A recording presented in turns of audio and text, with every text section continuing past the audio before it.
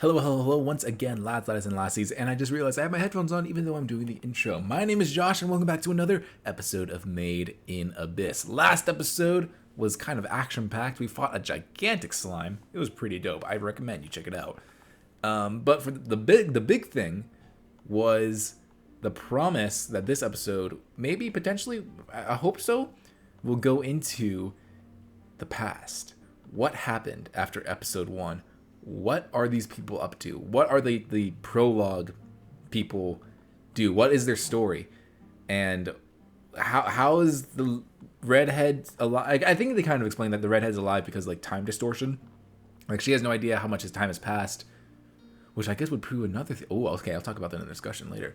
I just realized I'm talking about it now. I should have talked about it last episode, but she doesn't know how much time has passed, and now we're going to potentially see what time has done to all the people that we saw in that prologue. There's a lot of stuff to potentially go over this episode, so let's just get into it. I kind of hope that this is a two-parter just to get the most out of this backstory. But you know what? We'll see how the show goes. Let's just start, shall we? Okay, yeah, I remember this. Like, this was them meeting the automatons. Oh, this is gonna be a long episode. This is gonna be a big one. No opening credits. I wonder if that guy is supposed to be one of the sages that we saw.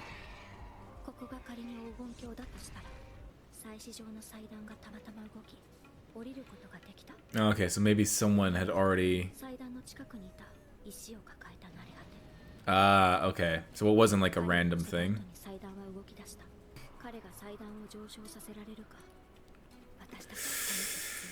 Oh, those poor people. Ah, they didn't know any better.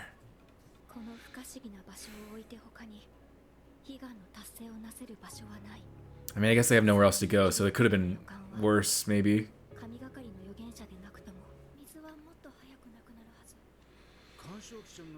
Ooh.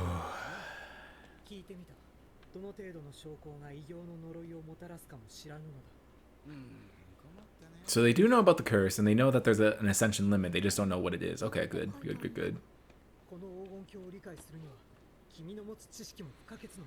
Yeah, that's why she's the princess. Oh. Don't pet it. It could be dangerous.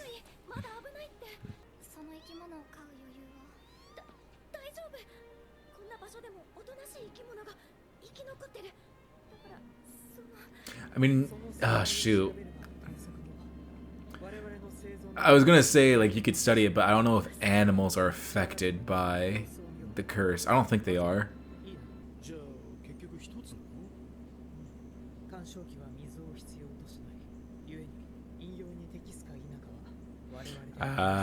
Yeah.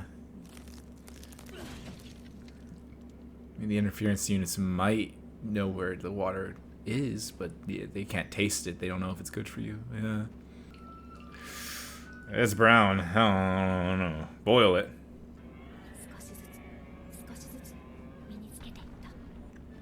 Like I said it before, I'll say it again. I love the creature design in this series.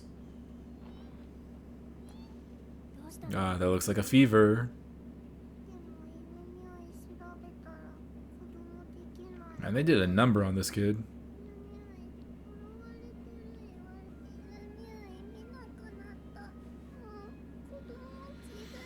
Damn.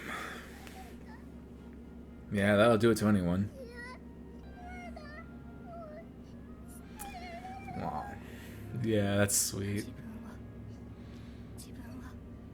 But I'm gonna assume that Urumi gets thrown away one more time.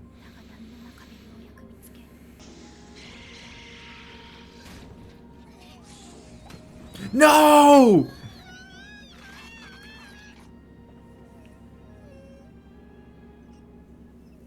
That's rough. That's real rough. Oh yeah, that's a fever now. Whew! Oh, don't. Oh. Oh. They're infected. Oh.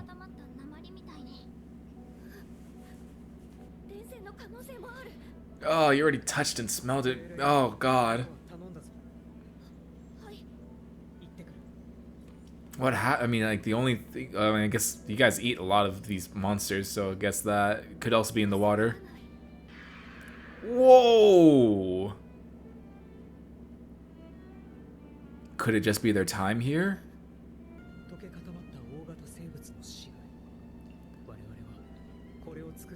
Ah.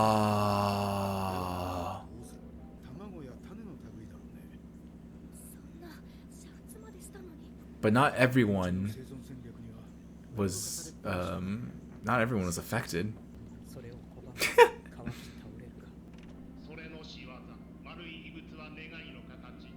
The shape of wishes.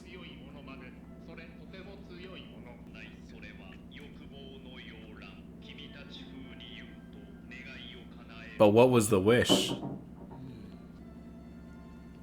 Oh my god. Oh, her hand's already turning. What kind of creature is this?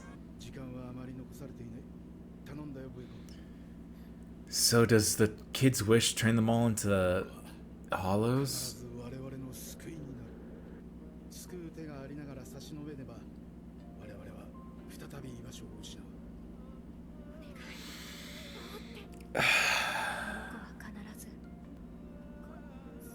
Ah, she got infected too.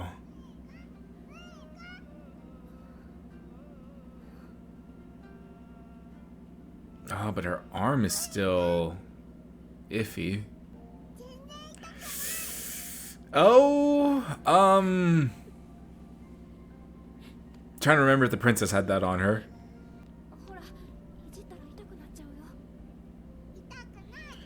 What was her wish?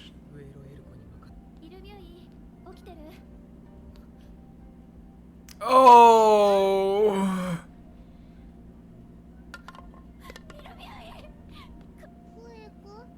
What's going on?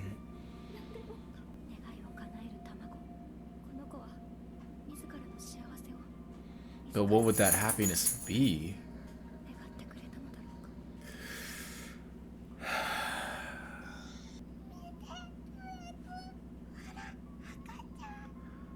Oh, she wished to have a baby.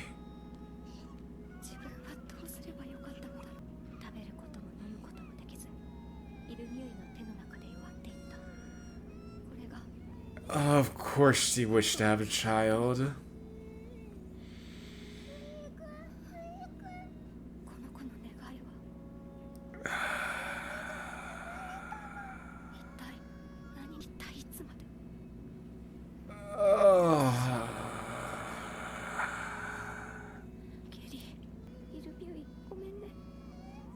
Score goes hard, but oh my god.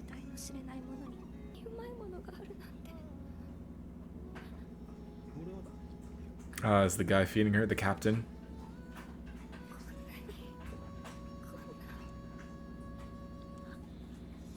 Okay, yeah.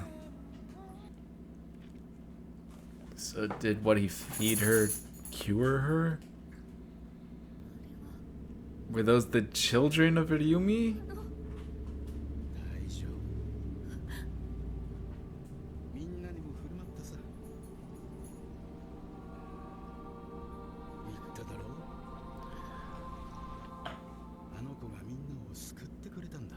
Was it Ayumi herself? I didn't even realize it was 20 minutes. Alright, next episode. Yeah, next episode. What? No! I said no because it's a Reg. Sorry, Reg. I just don't care too much about you, and it's such a good cliffhanger, too. Doesn't look like you're Ryumi anymore. Okay, so she's totally down.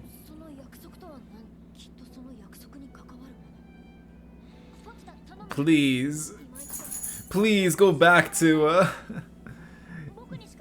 go back to the past. No, wait, he's asking you for knowledge. Jesus, just what exactly were you to Reg? Or what was Reg to you?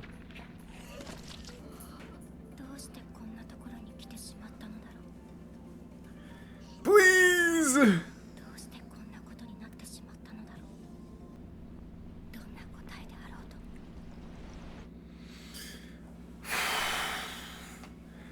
Yeah, I wasn't kidding, I guess, when I said this is the trauma show. Oh my god. I really wonder, like, what... I guess, like, I know I'm saying I don't care about Reg. I do. So I wonder what his, like, what the princess's deal with him is. The form the wish takes. Okay, please! Please! Good.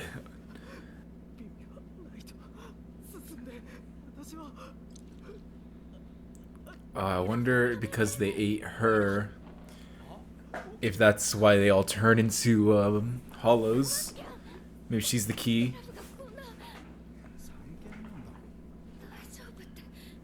It's one of the sages. Okay, bring that in right now.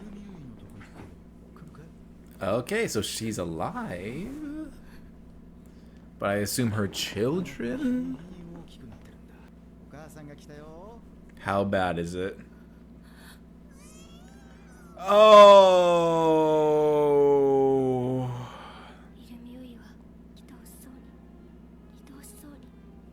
What did you wish for?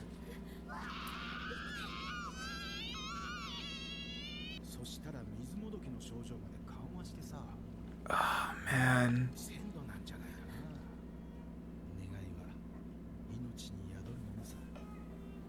It's like the whistles.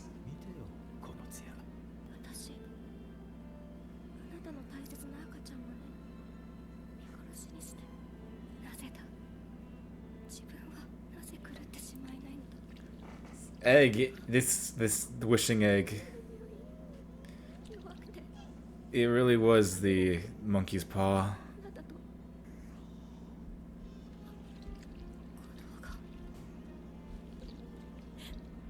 I hate how squelchy it is.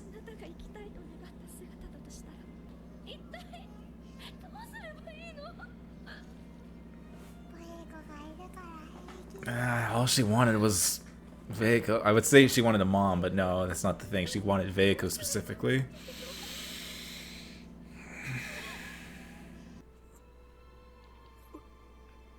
Yeah, he went insane.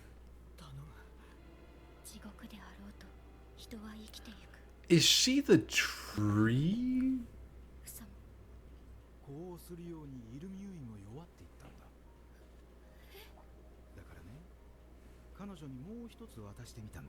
He gave her two?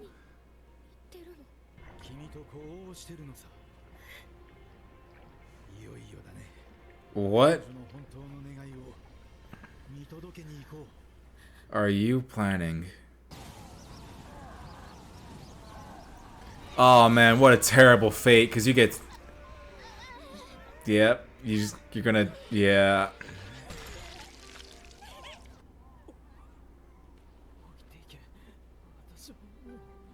I wonder if he's Kaja. I don't know.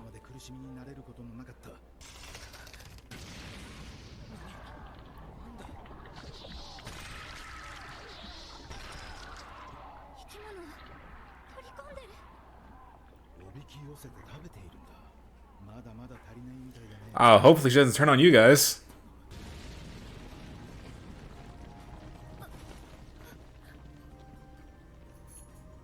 She turned into the tree, huh? And no one who passes can go back. So that's how they turn. Oh! Oh, he's the snake worm. Beautiful is a strong word, but okay. So, okay, so, yeah, they are creatures that we've seen. Okay. Yeah, me too, girly.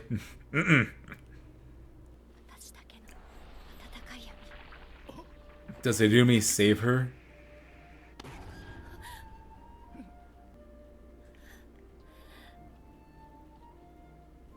So he's already used the cradle.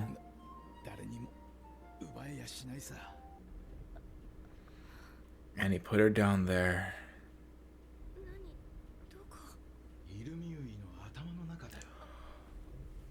Okay, so he's that guy.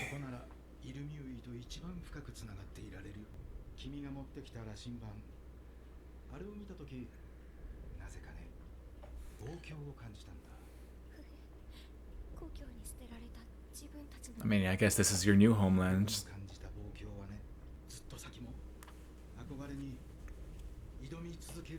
So I wonder if all the extra people are cave raiders.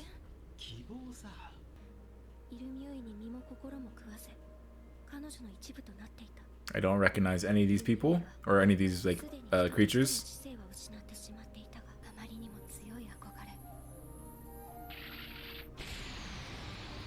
The princess.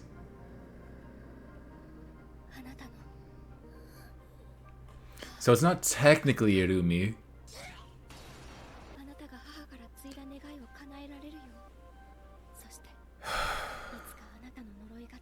I don't know if the curse is ever going to get lifted.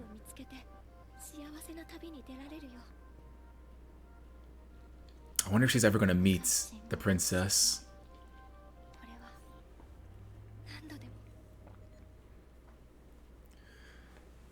Well, I guess that's what I got. I got what I asked for, and it was a two-parter.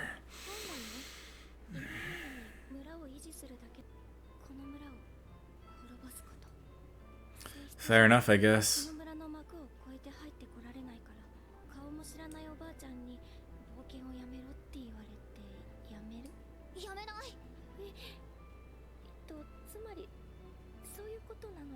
I mean, I guess Red could bargain with her.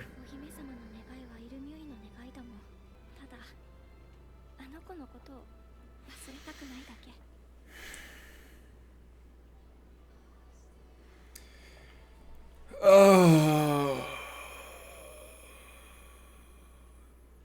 this was a tough batch. I don't think anything will be as tough as the finale of season 1. This was a good origin story or backstory. This was everything I wanted, and I semi-regret asking for it. Oh my god. Yeah, it was a two-parter, and I believe it's over. I'm glad it was a two-parter because I don't think you could have crammed that into one episode.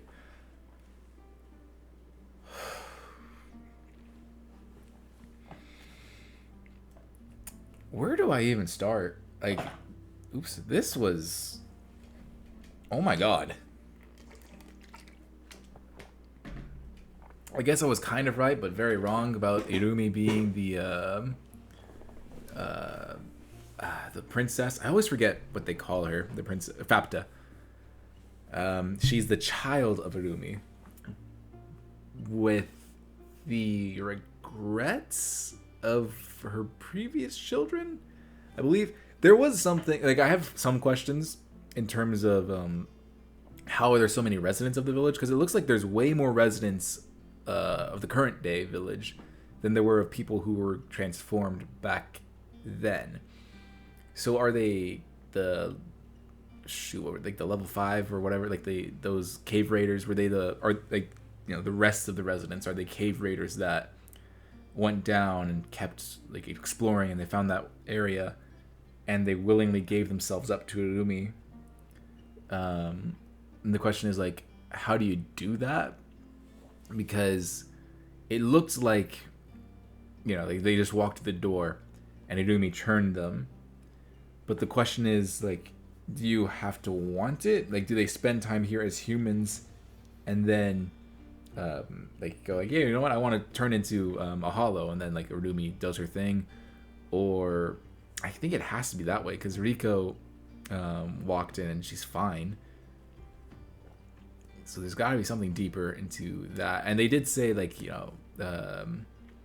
leader or the prophet already had given up his body to her, and I guess everyone going into the into Irumi back then was like they just wanted survival. So I guess they were like fully devoted to giving everything to her for a chance to keep on living. And live they do. It does not look like it's a form of immortality, but that's something for later. But yeah, I don't think they can reproduce. Yeah, I don't know how they would. I'm just gonna say I don't think they can. So I'm going to assume that the rest are cave raiders that made their way here and gave their bodies to Arumi, whether they knew if it was Arumi or not. We did not see Kaja in the original lineup, so Kaja is a slightly newer. I thought he was going to end up being the guy. I don't remember, like the map guy, the language guy, the linguistic guy. But he turned out to be the snake. That was a twist. But you know, white hair, white snake. That was a twist, and it seemed. I think they did say like you turn into what you desire. And this guy is the snake is. You haven't really seen much of the snake. He's just very like meticulous about what he. It's very meticulous. Like he's like everything needs to be a fair trade, which I guess in the end, like he's a very righteous guy. He didn't believe what he was doing was fair to Arumi. That's why he gave up everything. He's like, I don't want to do this anymore. I think he's like, you know, please take my body. I'm done. Like I can't do this anymore. The guilt is overwhelming for me. And now as a hollow, all he does is fair. Like I want an equal exchange, equal trade. Nothing will go over or under. It is equal because that's something that his pride, like he said, it was gone. So okay. And then we haven't really talked much, or like I haven't really met much of modern day the Prophet. I'm sorry I don't remember all these guys' names, but the Prophet guy we've only seen a couple times, and I liked him. Both as the Prophet and as his hollow form. I don't like him anymore. He's very scummy. He comes off as very scummy, and I believe that he definitely used. There's 3 eggs. There's the first egg that Idumi used, the second egg that he gave her, and I believe, well, they said there was 3 eggs because the Fapta has it, and I believe he had the 3rd egg and he used it on himself. I'm going to assume, I don't know what he particularly used that 3rd one for himself with. Potentially he, like wisdom, maybe, like he got power, like he got the arm. Maybe he wished for like exemption from the curse. I don't know. I don't know what he wished for that, but I'm pretty sure with the 2nd egg, he probably tricked Arumi into believing what he wanted was what she wanted, and what he wanted was a home for these people. Everyone there is an outcast. They were kicked out of their homes, exiled. So what he wanted was a safe place for them to live for all of eternity. A place better than the Golden City. And he probably convinced her, like, hey, if everyone has a safe place to live for forever, then you can have Veiko forever as well. Irumi is also just no longer there. She's lost all sentience from what it seems like. She is literally just a tree, which I didn't expect her to be. I was wondering, like, what is Irumi, right? I was like, what is she going to be, like, this modern... No, she's literally the tree. I'm like, she's not big enough to be the tree. No, she absorbed a lot of manatees and turned herself into a tree. Kind of metal. These were, like, very dense episodes. I did get what I wanted in the sense of, like, I want 2 episodes so I can binge them back to back. Man, the water sucks. Like, what are you supposed to do? Like, even the Prophet guy, I did, like, I'm very split on the Prophet guy because I like his, he's very charming, but, like, he's also very scummy. But I do like when they were like, man, the water, it's poison. Like, if we keep drinking it, we're going to turn into monsters. And you just, well, can't do much about that, can we? But this is the only water source we got. So, like, I do like that he very much leads by example. He's not, like, scummy in the sense of, like, I'm going to have other people do things for me and see if it works out. No, he very much leads up to the forefront. He takes charge. He's always the leader. it's just like he used Irumi, and I still like him though. Like, he's an interesting character. He's a very interesting character. I don't like him as a person, but I like him as a character. He's very charming. He's very he brings a personality onto the stage.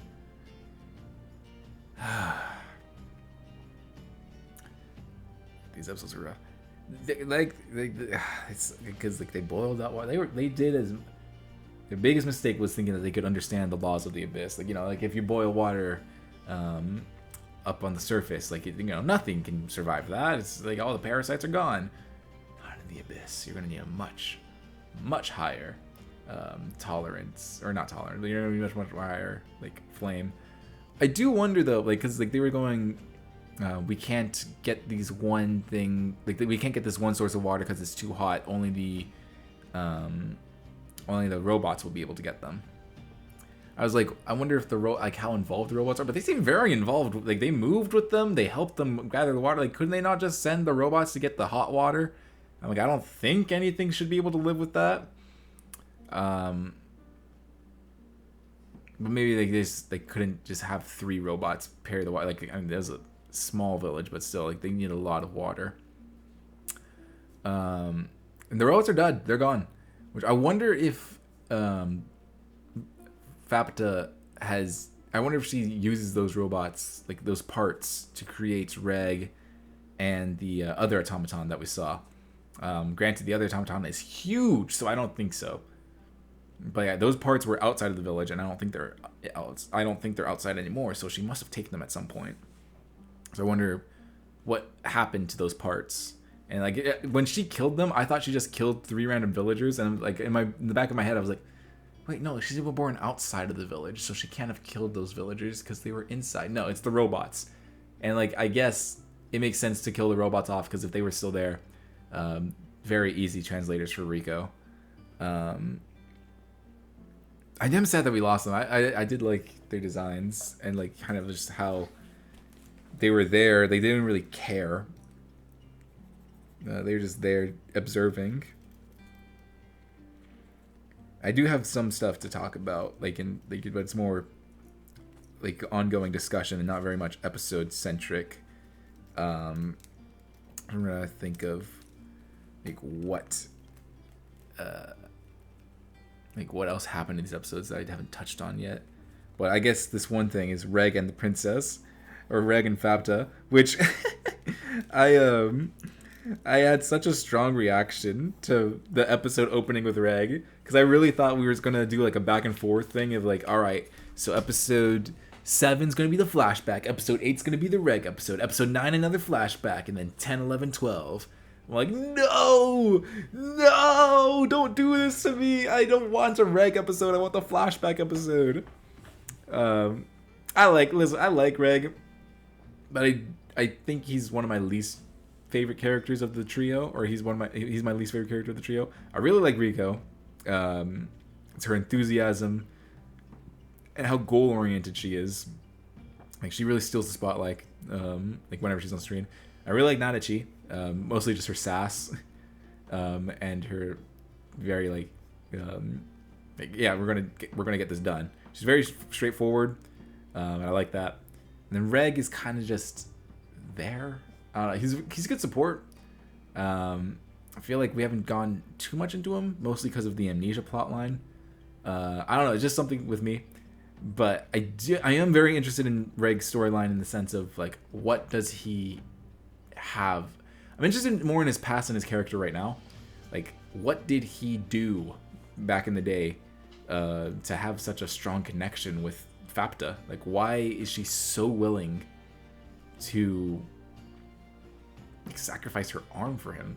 She gave him an arm, not even for him, for someone he knew. She doesn't know who Nanachi. She's like, oh yeah, the nice bunny, right? That one. She doesn't know who Nanachi is. I don't think they've met outside of Nanachi being asleep when she stole when Fapta stole the whistle. So, they are very loyal, or at least she remembers him to be very loyal to her, and she's very loyal to him. So, what was their relationship in the past? Why is she so connected to him. It's interesting because like she was born alone. She's the last child of Iruma. Shoot, I already forgot how to pronounce her name. She's the last child of the girl, Iruma. But like Reg wasn't there, so like she had to have found Reg. And I believe like the automaton said like, yeah, we were built and then we're activated every now and then. So like I guess Reg is the same. But like how long ago was that too? Because like time works differently, which I'll get into that in a little bit because I have a semi-discussion to talk about with there. But I'm really interested in Reg's past and like why he and the Fapta have such like have this connection that they do. And she, I mean, like she gave him his arm, which we'd never cut back to because this episode was packed. Both episodes were packed. Man, I do not envy the place of the redhead, Veiko. That was terrible.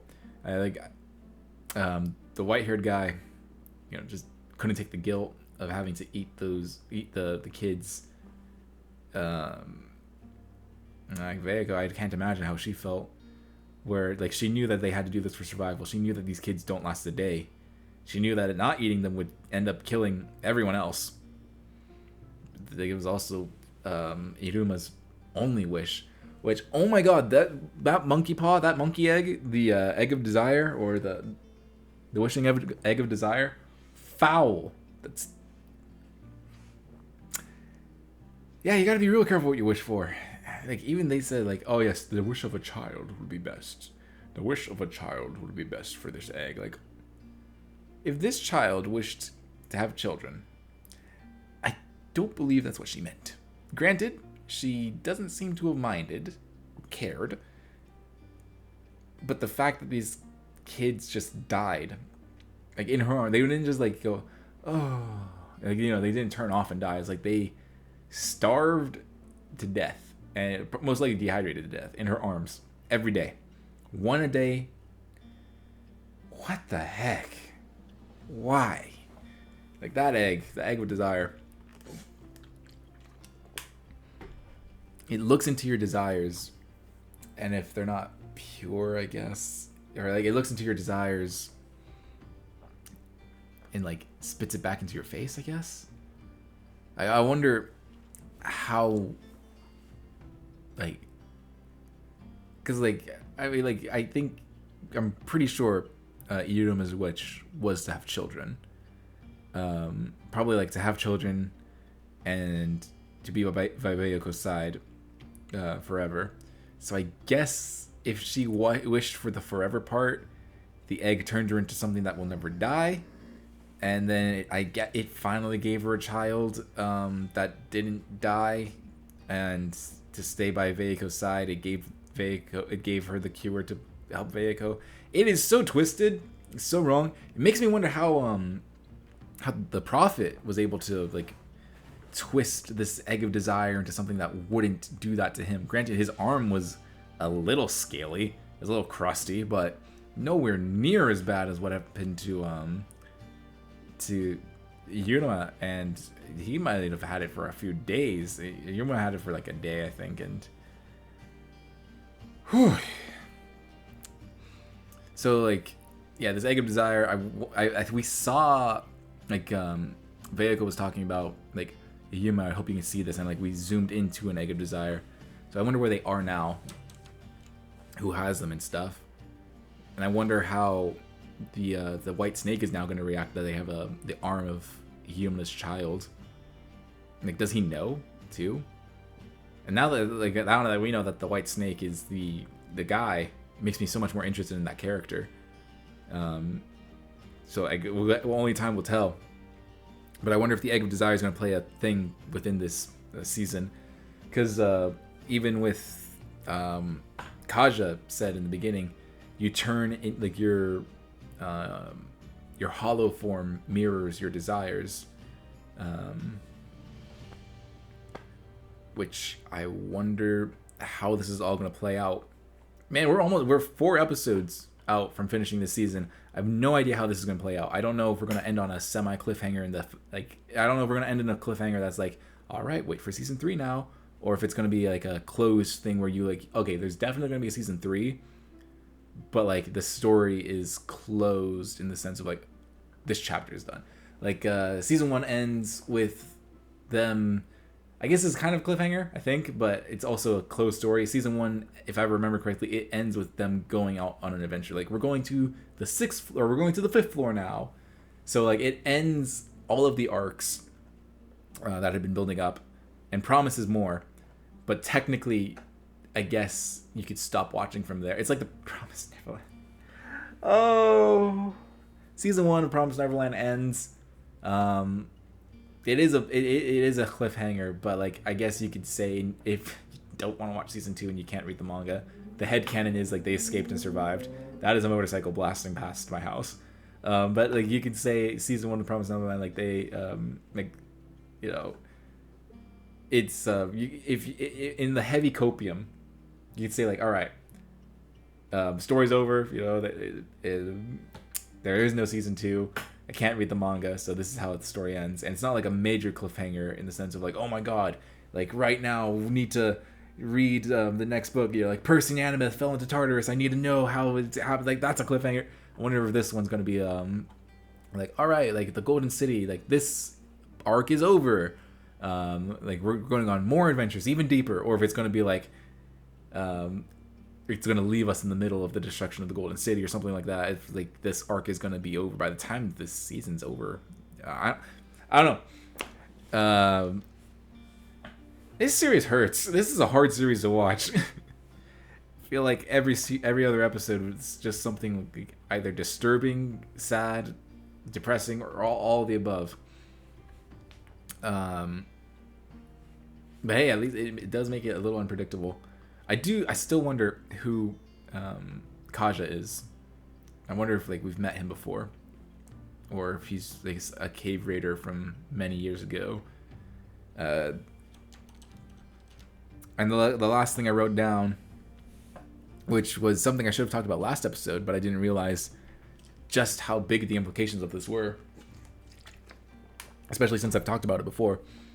The time dilation in the Abyss. I once asked, I don't remember, I think it was last season. Maybe it was I'm pretty sure it was last season. Someone said something along the lines implying, I think it was, Ozen? I think it was Ozen. Yeah, that's her name. She said something that implied that time works differently within the Abyss, and the deeper you go, the weirder time, the wonkier time gets. And I was like, it implied this in two different ways. Like one, it's like mentally, you don't realize how much time goes by. So like, let's say a couple days, like you're just in the Abyss for so long, it feels like a couple days to you, but in reality, a week has gone by and you've aged a week, you know? Or another thing would be like the further into the Abyss you go, the more off time becomes. So while you stay in the Abyss for a couple days, like you physically age a couple days, but everyone on the surface, it's like been years. And I'm pretty sure this is now confirmed to be the thing, since Veiko doesn't seem to admit that she's been alive for that long. I mean, like she's, I don't know, like let's say it's been 10 years for her. Like she's been stuck in that area for 10 years.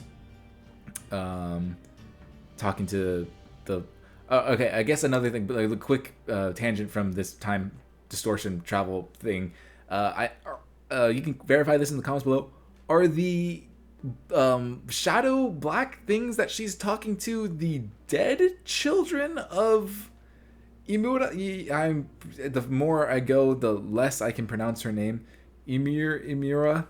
Are like those the ones that everyone ate? I think that's what's implied. Like these are the, like she said something along the lines like these are the ones that couldn't make it or something. Wait, I'm trying to scroll.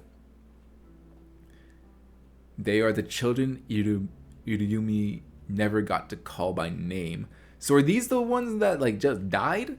Like are those like the spirits, souls, memories of the kids. I think that's what's implied. Oh, dropped my headphones. Anyway, back to the time travel thing. I'm pretty sure that's what's implied with those shadow creatures. So I guess that is now confirmed that it's not that mentally you believe time is either slowing down or speeding up, but physically, I think that's the right way to say it. So like, let's say, I mean, like, we saw the island of the abyss back in episode 1. It was very primitive. There were no buildings, no beginnings of buildings. It's not modernized. The town is not even a thought. It is like basically Native American style over there. So it's at least, I think lowballing it would be 100 years. That's lowballing it. So like an example is she spent 10 years at the bottom of the abyss. And to her, well, even like, you know, after spending 10 years probably after spending a week in just a black place with no, like, you know, sun or moon to really count the days by, she probably doesn't even know how long she spent in there. But like, let's say like it's been 10 years, her body has aged 10 years in the abyss, but up on the surface it's been 100 years. I'm pretty sure that's what the implication is. I don't think it's an immortality thing anymore. So now when we look at the hollows, are they immortal, or are they also aging as time goes by, and do they age differently? That's a whole different discussion. But I'm going to assume, I'm assuming now that the abyss is not a mental time thing. It's a physical time thing. So I think it would be interesting. Now, I don't know if they'll do this, but I think it'd be kind of interesting if, like, you know, Rico, Reg, and Nanachi spend enough time here in the Golden City. What if those kids, the children, the baby, I don't remember any of their names, but their friends from season 1, what if they come, but they're adults, and Rico and Reg, Rico's like, oh my god, like, what happened? We only left like barely a year ago, and they're like, it's been 10 years, we haven't heard anything from you. I think that would be super interesting if they do something like that. I don't know if they will, because like we still don't know how much time passes, like, you know, like how much, what is X time in the abyss equal to on the surface. We don't know. That's still a big question, and like I'm kind of just shooting in the dark here, but I think that would be a really interesting thing where like people that we've met, and that's why like we had like those 3-4 episodes, I think it was 3 episodes back in season 1, and we kind of cut back to them in the finale of season 1 as well. Like that's why we had those episodes with them, so we can be shocked, like, oh my god, they're old now, or they're adults now. I don't know if we'll do that. And then brings into the question, how long has Liza been in the abyss? I guess it can't be that long since Rico. Okay, so maybe Liza believes she's been in the abyss longer. Short, I don't know. There's so much interesting questions. The show brings out so many interesting questions. I don't know if I got everything. I don't think I've gotten everything in these 2-parter. This was a very dense set of episodes, and I feel like a lot of lore dropped. So if I missed any talking points, please leave down in the comments below. Don't spoil anything. Don't spoil anything. But if there's like talking point within these 2 episodes that you want to know my thoughts on, like, hey, like, what do you think of the implications on, like, you missed this part, or like, you know, you talked a little bit about this, but what do you think of the implications, like, on this part of the lore? Leave those questions down in the comments below, and I'll answer them to the best of my ability. 4 more episodes of pain, guys. Oh my gosh, why is this show just love torturing people? This show is horrible. Like, it's such a good show. It is horrible. There's so much pain. There's a lot of pain. I feel like it's going to be a good 4 episodes. I don't think it can get as depressing as what happened in the finale of last season, but we shall see. So yeah, if you want to see that, please be sure, like, subscribe, comment down below, like I said, notification bell. And if you really want to see early access on Patreon.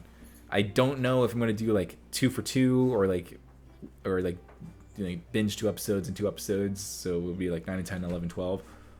Watch 1 and then 3, or like watch all of them one by one. We'll see like how much like a cliffhanger each one leaves off on, and how much lore and stuff there is to dissect and talk about per episode.